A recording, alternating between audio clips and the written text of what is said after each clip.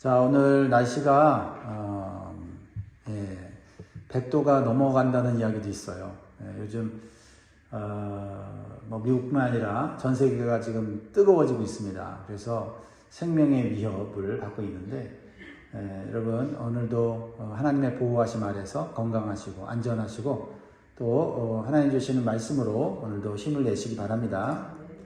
자, 오늘 시편 108편 1절에서 13절을 주시는 말씀 그리고 교훈으로 주시는 기도 제목 우리 한번 따라 하시겠습니다. 내 마음을 하나님께 고정하게 하소서. 아멘. 사람의 마음은 상황을 따라서 쉽게 흔들립니다. 평안할 때는 감사하다가도 문제가 생기면 금방 마음에 두려움이 생기고 길이 보이지 않으면 쉽게 낙심하는 것이 우리의 마음입니다. 그런데 시편 108편은 우리에게 매우 중요한 믿음의 길을 보여주고 있습니다. 그것은 사람은 마음이 무엇에 고정되느냐에 따라서 말과 행동이 달라지고 결과가 달라진다라는 것입니다. 그래서 참된 믿음의 성도는 변화하는 상황에 마음을 고정하는 것이 아니라 변치 않는 하나님께 마음을 고정한다라는 것입니다. 그러면 상황이 바뀐다라는 것입니다. 시편 108편은 좀 특이한 시편인데요. 두 개의 시편이 합쳐진 말씀이에요. 앞부분은 시편 57편의 찬양이고 뒷부분은 시편 60편의 간구입니다. 이 두 개의 시편이 합쳐져서 우리에게 주시는 놀라운 교훈이 있어요. 찬양을 통해서 우리의 마음이 하나님께 고정되고 간구를 통해서 하나님이 주시는 힘과 능력을 얻는다라는 것입니다. 할렐루야. 특별히 사울왕을 피해서 굴 속에서 드린 찬양이 57편이고 전쟁터에서 드린 기도가 시편 60편입니다. 다윗은 흔들리는 위기 속에서 찬양과 기도로 하나님께 마음을 고정했습니다. 이것은 우리 성도가 붙잡아야 될 삶의 모습을 보여주고 있습니다. 성도는요, 두려움의 굴 속에서도 찬양할 수 있어야 되고요. 숨막히는 전쟁터에서도 기도할 수 있어야 한다는 겁니다. 왜냐하면 하나님 우리의 피난처시며 동시에 우리의 승리자이시기 때문입니다. 자, 그러면 마음을 하나님께 정한 성도는 어떤 모습인지를 살펴보기를 원합니다. 첫 번째는요, 마음을 하나님께 정한 성도는 힘든 상황 속에서도 먼저 하나님을 찬양합니다.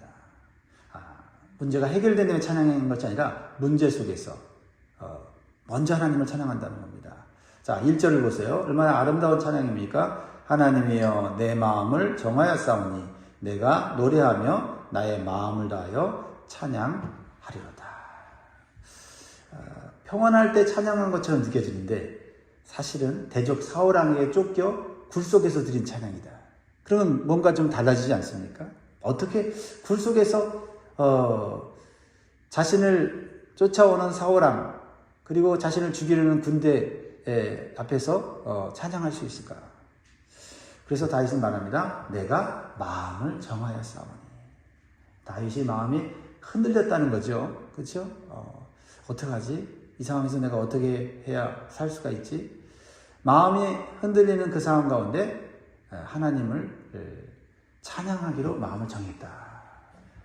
이것이 가능한가? 가능하니까 오늘 우리에게 교훈을 주시는 거 아닙니까?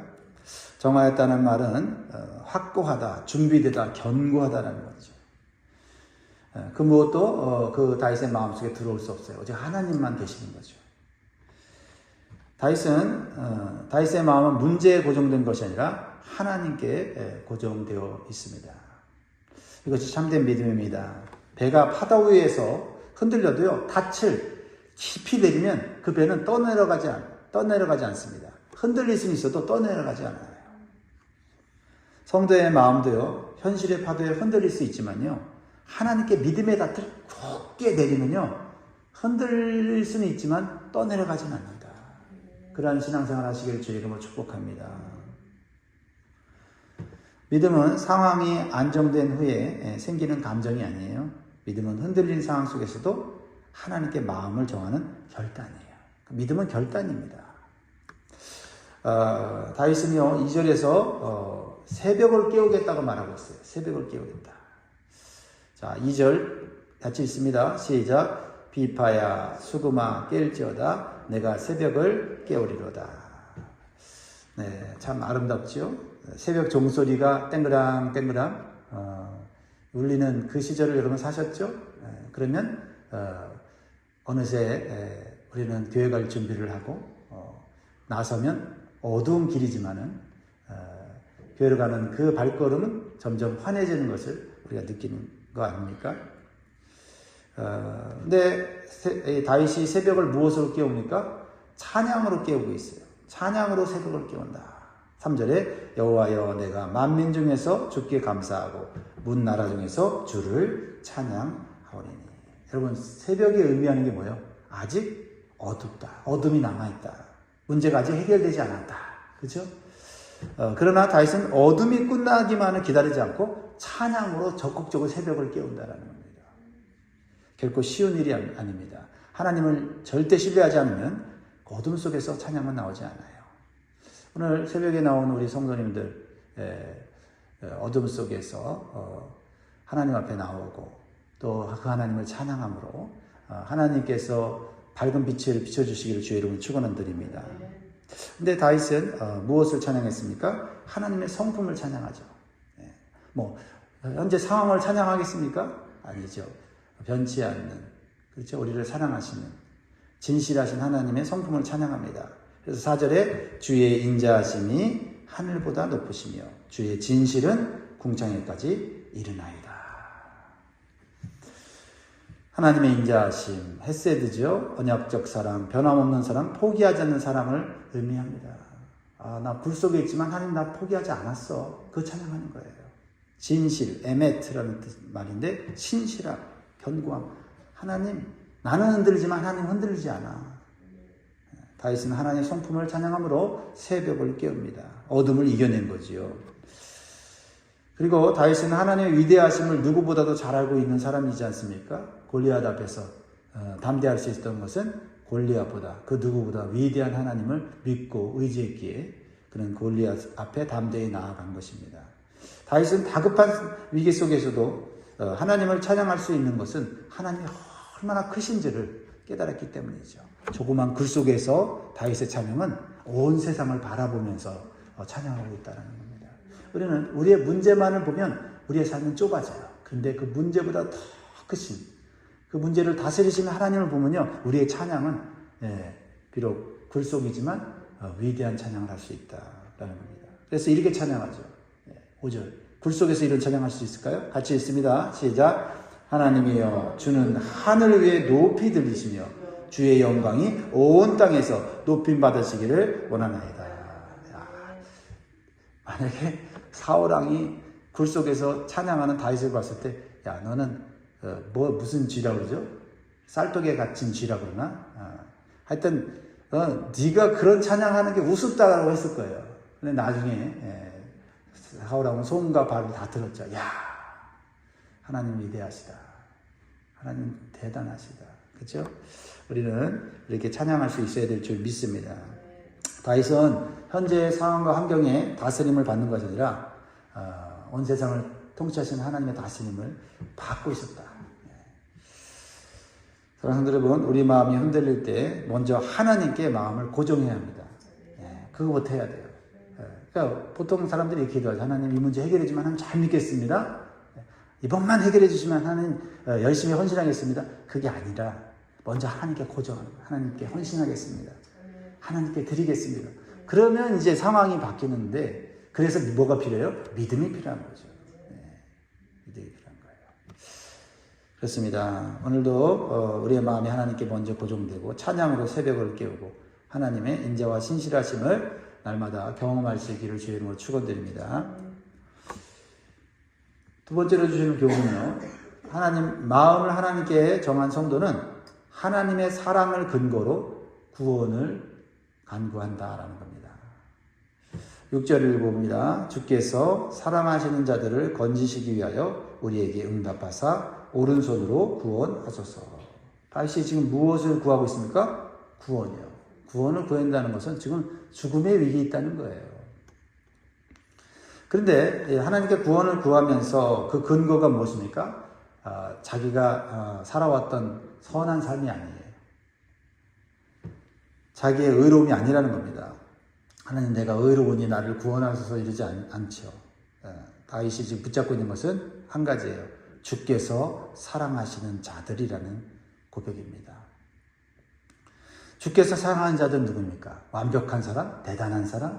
힘 있는 사람입니까? 아니죠. 하나님과 언약을 맺은 백성이에요. 비록 힘이 없으나 하나님께 언약을 맺은 백성은 하나님이 사랑하신다라는 거죠. 우리가 구원받은 것 완벽하기 때문에 잘난 것이기 때문에 구원받은 것이 아닙니다. 우리가 하나님의 복음의 말씀을 붙잡았기 때문에 그 사실 하나로, 그 언약 하나로 우리를 구원하시고 우리를 사랑해 주시는 거죠. 그래서 감사한 거 아닙니까? 예수 믿다 보면, 신앙이 잘하다 보면 감사할 게 더 많아지는 게 환경적인 감사가 아니라 나 같은 죄인은, 나같이 못난 자를 구원하시다니, 그것도 예수님 때문에 구원하신 것을 깊이 깨달으면 감사가 저절로 나오는 거죠. 그렇습니다. 하나님의 언약 백성은 하나님이 사랑하시기 때문에 건지를 받는 거예요. 나에게 있는 것이 아니라 하나님께 그 근거가 있습니다. 여러분과 저는 하나님의 자녀입니다. 어떤 위기 속에서도 하나님의 사랑을 받는 존재라는 사실을 믿어야 합니다. 그 사랑의 언약을 붙잡을 때 탕자가 아버지의 사랑을 믿고 돌아오는 것처럼 우리가 다시 일어설 수 있고 다시 돌아갈 수 있는 줄 믿습니다. 이제 다윗은 이 세상의 모든 것이 하나님의 것임을 선포합니다. 하나님의 소유권을 인정하는 믿음은 자신의 인생과 운명을 하나님께 맡길 수가 있어요. 7절, 8절 하나님의 소유라고 하는 것을 찬양하면서 이렇게 고백합니다. 하나님이 그의 성소에서 말씀하시되 내가 기뻐하리라. 내가 세겜을 나누며 숫꽃 골짜기를 측량하리라. 길르앗이 내 것이요 므낫세도 내 것이며 에브라임은 내 머리에 투고요 유다는 나의 규이며. 세겜, 숫꽃, 길르앗, 므낫세, 에브라임 다 무엇입니까? 이스라엘 백성들과 그 이스라엘 백성들이 살고 있는 장소를 말하고 있지 않습니까? 다 누구 거다? 하나님 거다. 여러분, 하나님 것임을 인정할 때 우리는 안전합니다. 우리는 내 거 이렇게 하는데 사실은 내 거 내가 못 지키잖아요. 하나님 거 그러면 하나님이 내 거 지켜주는 거. 이게 참 다윗의 신앙이 깊어요. 그죠? 우리가 하나님 것임을 진심으로 고백할 때 어떤 대적도 우리를 건드릴 수가 없게 된다는 거죠. 다윗은 자신이 하나님께 속해 있을 뿐만 아니라 더 나아가 놀라운 고백을 하죠. 악한 대적들조차 하나님 거다. 이 고백해버리면 끝나는 거 아닙니까? 악한 대적들이 하나님 거면 하나님이 통치하시고 다스린다는 거 아니에요? 그러면 우리가 대적을 두려워할 필요가 없는 거죠. 누구만 두려워하면 돼요? 하나님만 두려워하면 되죠. 우리가 하나님 앞에 잘못해서 하나님 앞에 심판받는 거니까. 우리가 하나님과의 관계를 올바르게 하면 대적들이 우리를 함부로 할 수 없죠. 그래서 9절에 보면 모압은 내 목욕통이라 에돔에는 내 신발을 벗어 던질지며 블레셋 위에서 내가 외치리라 하셨도다. 모압, 에돔, 블레셋 뭐예요? 이방민족 아닙니까? 하나님 믿지 않는 이방민족. 그들도 누구 거다? 하나님 거다. 하나님은 그들을 두려움의 대상이 아니라 하나님의 통치 아래에 있는 대상으로 묘사하시죠. 목욕통, 신발을 던짐, 이것은 뭐를 의미합니까? 승리의 지배를 상징하는 것입니다. 하나님께서 열방을 자기 발 아래 두신다는 것은 왕권적 이미지를 보여주는 거지요. 하나님의 통치 아래에 있다는 것을 보여주는 것 아닙니까? 교만한 대적들도 하나님의 통치 아래에 있다는 것을 깨달아야 되는데 깨닫지 못하면 망하는 거예요. 자, 우리는 문제의 크기만을 보고 두려워하지 말고요. 하나님의 소유권과 통치의 크심을 바라봐야 될 줄 믿습니다. 그래서 우리는 이렇게 기도해야 되죠. 하나님, 나는 연약하지만 하나님은 나를 사랑하시는 줄 믿습니다. 내가 대적을 이길 힘이 없지만 하나님은 모든 대적 위에 계심을 믿습니다. 이런 기도가 오늘 필요합니다. 세 번째로 주시는 교훈은요. 마음을 하나님께 정한 성도는 사람을 의지하지 않고 오직 하나님만을 의지합니다. 말은 쉬운 것 같죠. 우리 믿는 사람들도 당장 눈앞에 있는 도움을 붙잡을 때가 많지 않아요? 그렇죠? 사람의 도움을 구하고. 그래서 사람의 올무에 빠질 때가 얼마나 많아요. 그죠? 하나님 의지하면요. 하나님의 도우심을 받고 나면 모든 것이 깨끗해요. 모든 것이 아름답습니다. 근데 사람 의지하면요. 사람의 노예로 질질 끌려다니는 인생 살죠. 당장은 사람의 도움을 받는 게 유익이 되지만 말이죠.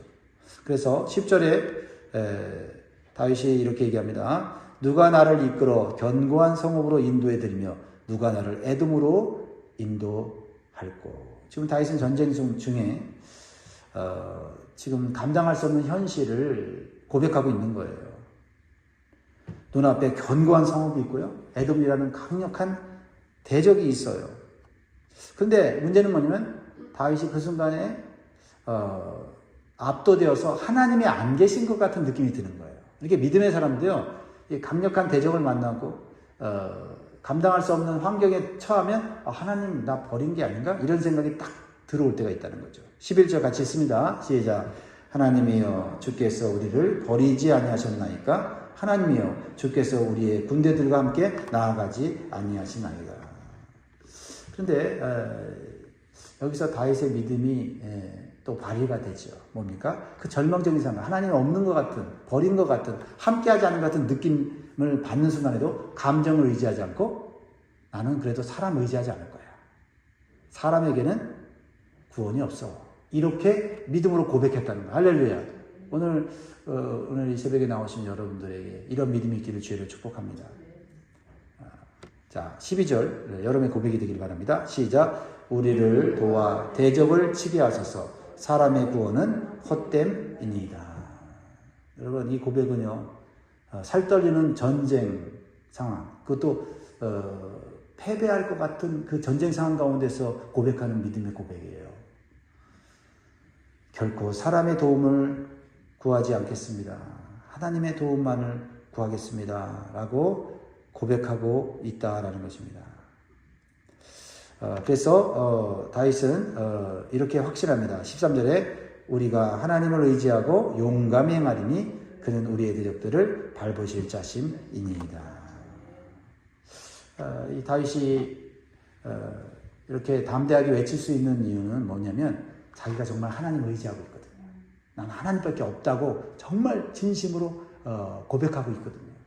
그러니 하나님을 의지하지 않는 대적을 볼 때 저들이 아무리 강해도 하나님 의지하는 나를 승리케 하실 것이라는 확신이 있는 거예요. 그래서 믿음으로 기도하고 용감히 나아가서 말씀을 붙잡고 순종하는 것입니다. 우리에게도요, 견고한 성읍 같은 문제들이 있지요. 가정의 문제, 사역의 문제, 관계의 문제, 마음의 두려움들이 있습니다. 그러나 하나님을 의지하는 사람은요, 그 자리에 주저앉아 있지 않습니다. 왜냐하면 하나님께서 그 모든 대적들을, 문제들을 밟아주실 것이기 때문입니다. 궁극적으로 예수 그리스도께서 십자가와 부활을 통해서 우리의 죄의 문제, 죽음의 문제, 모든 인생의 문제들을 다 밟고 이기시지 않았습니까? 우리는 그 그리스도의 십자가를 붙잡는 자들입니다. 그래서 오늘 우리는 이렇게 고백해야 됩니다. 사람의 구원은 헛됩니다. 그러나 하나님의 구원은 확실합니다. 하나님, 오늘도 하나님 의지하며 나아갈 수 있도록 담대함을 주시옵소서. 이런 기도가 필요하겠지요. 말씀 맺겠습니다. 시편 8편은 찬양과 간구가 하나로 묶인 시입니다. 굴 속에서 드린 찬양과 전쟁터에서 드린 기도가 하나 되었습니다.